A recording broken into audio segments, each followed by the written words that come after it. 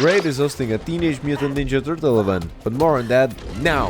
When I first saw this, I felt nostalgic, and knowing I could have Michelangelo on my team made me really excited, which you can also have by just logging 7 days in a row. Plus, you can fuse Donatello, summon Leonardo, Raphael, April and Shredder, or even challenge him in an event dungeon to get exclusive gear. Sounds cool. Now, let's get to the main video. We've all heard about Raid Shadow Legends and saw their ads, but I assume most of you have skipped over them. Not me. I want to know if this game is actually worth it. This video is sponsored by Raid Shadow Legends. The short answer is yes. One thing that was surprising right off the bat is that this game is not mobile exclusive, but it's on PC too. And it doesn't even take up that much space with how many things you can do in the game. What I then learned before fully getting into the game is that you can pick a legendary hero using one of the 4 promo codes. So you can get a better start, which honestly I took advantage of. I personally went with Wukong because come on, he looks cool. And because he's busted. He can steal all buffs from his enemies before his attack, which means they won't be able to buff themselves. His attacks ignore 50% of defense, which also does damage to other enemies if you kill your target. And to make him even more busted, he has a passive that allows him to revive himself with full HP. Like, come on. Another thing for new players, you can get a huge starter pack with Uugo, and when you reach level 15, you'll get a dragon of your own, probably the one that killed you at the start. Also, tomorrow you can use the code PP500 to get some goodies. These champions are available after downloading via my custom link or QR only, 48 hours after downloading with my link. If you go directly to app stores or use any other link to download, you won't get these packages that Raid's team gave me, so make sure to download with the link, then use promo code in-game. Now, enough rambling, let's get into the game. So what is Raid Shadow Legends? It's a turn-based RPG game. It's mostly focused on fighting, PvP, or leveling up your characters, either by fighting or forcing them to drink a copious amount of alcohol, or human sacrifice. There is a campaign with a story that also has a lot of fighting, but if you only like fighting, there are dungeons. And if you enjoy some competition, there is a PvP arena. And that's what I enjoy about Raid, that you have a lot of stuff to do so you'll never get bored. It feels like an endless amount of content basically. Okay, not literally endless, but you'll run out of free time before you run out of stuff to do in the game. And of course, every time I do something, I am rewarded and learn new things about the game. And since there are battle passes and events going on and daily, weekly and monthly challenges, I always have something to look out for.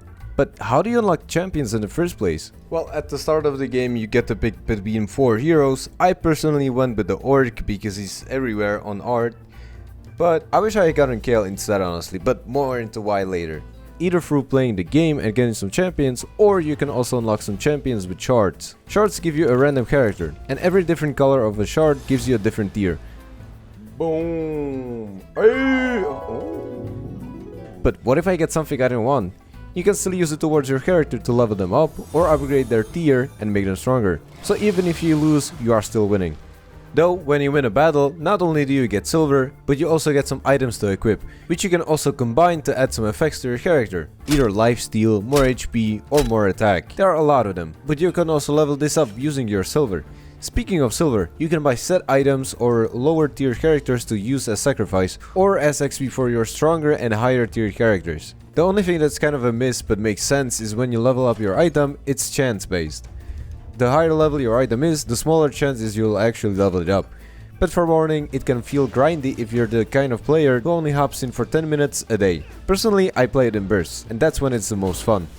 Another thing I like about Raid is that it has AAA graphics, so if you decided to play it on your phone, you're not losing out on anything. And it runs buttery smooth. And it doesn't even take up much of your computer resources, which is perfect if you want to grind a game in the background. But Retry, you have to make your characters attack. You can just automatize it.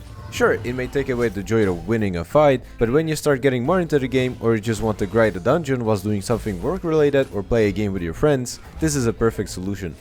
I mean, I had it in the background when I was recording my latest hunt video.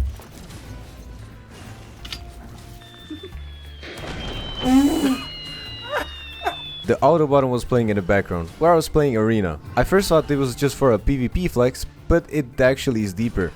Because the arena gives you items that can help you in general, specifically in the Great Hall, where you can upgrade the bonuses of each affinity. What is an affinity? Basically a class for the character. There is also a system that makes each class counter or deal more damage to one another, and it's as simple as it looks. Speaking of grinding, you can enable super raids which give you double the reward at the cost of double the energy. Before you ask, energy here is pretty much for looks. Because with my rewards, you get a ton of energy to play without worrying about losing momentum. Oh, and before anyone says, oh, you just got some OP items to make the game look more appealing. No, I could have asked for something, but I never did, because I wanted to give you an authentic look at the game. Now, I want to talk about clans. You need to be in a clan to get as many rewards and more stuff to do in the game. It offers some bosses you can take down as a clan and get some insane items.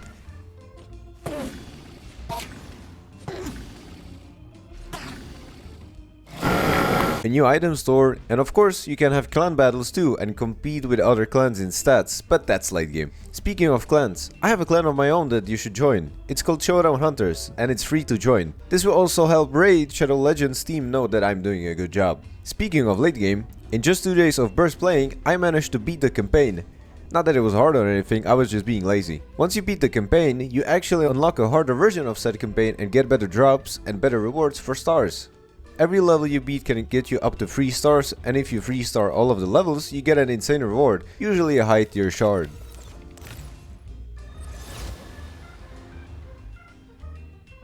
There are also multi-battles which you have to actually earn, and they basically automate your battles so you can truly be AFK without missing out on anything. So whilst editing this video, I literally have a battle going on in the background. Let's go back to our characters. You might have noticed that some of them have purple stars, so what is that exactly? That means the character has been ascended, and they are now stronger than ever, and get even new skills. Like for example, Wukong, as mentioned before, his passive that allows him to revive himself is actually locked behind his third ascent. How do you unlock ascents in the first place? Well, through dungeons, where you get potion drops. And each class has their own potion they need to ascend. And of course, the higher level or tier your character is, the stronger potions they require.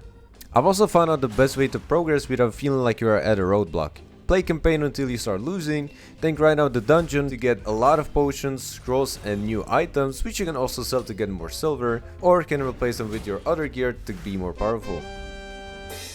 Once you hit a roadblock there, go and progress on the clan boss to get as much damage as possible for the best rewards, and after that just play the arena whilst your energy regenerates, and that's how I play in bursts.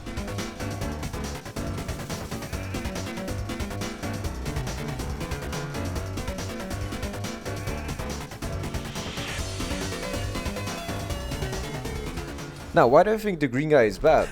I owe you one, green dude. Don't dude me. Oh, got it, bro. I could just let go. Well, he isn't all that bad, but Kale is just much stronger. The green guy can reduce the enemy's shield and damage all of his opponents, whilst doing solid damage. But Kale can poison his enemies and deal insane amount of damage. There is so much more I could cover, like the Forge, the Doom Tower, or even more character progression, but I couldn't fit it in an 8-minute video. So if you watched till now, I really encourage you to give the game a try. It's free, takes up like no space at all, and can get you hooked. If you did try it, do let me know in the comments. You can click on my link in the description or scan my QR code to get amazing bonuses available only via my link. And also make sure to use one of the promo codes to get one of the legendary hunters and also some free items. And don't forget there is an event going on, and if you log in 7 days in a row, you can get Mikey. I have him and he's really strong.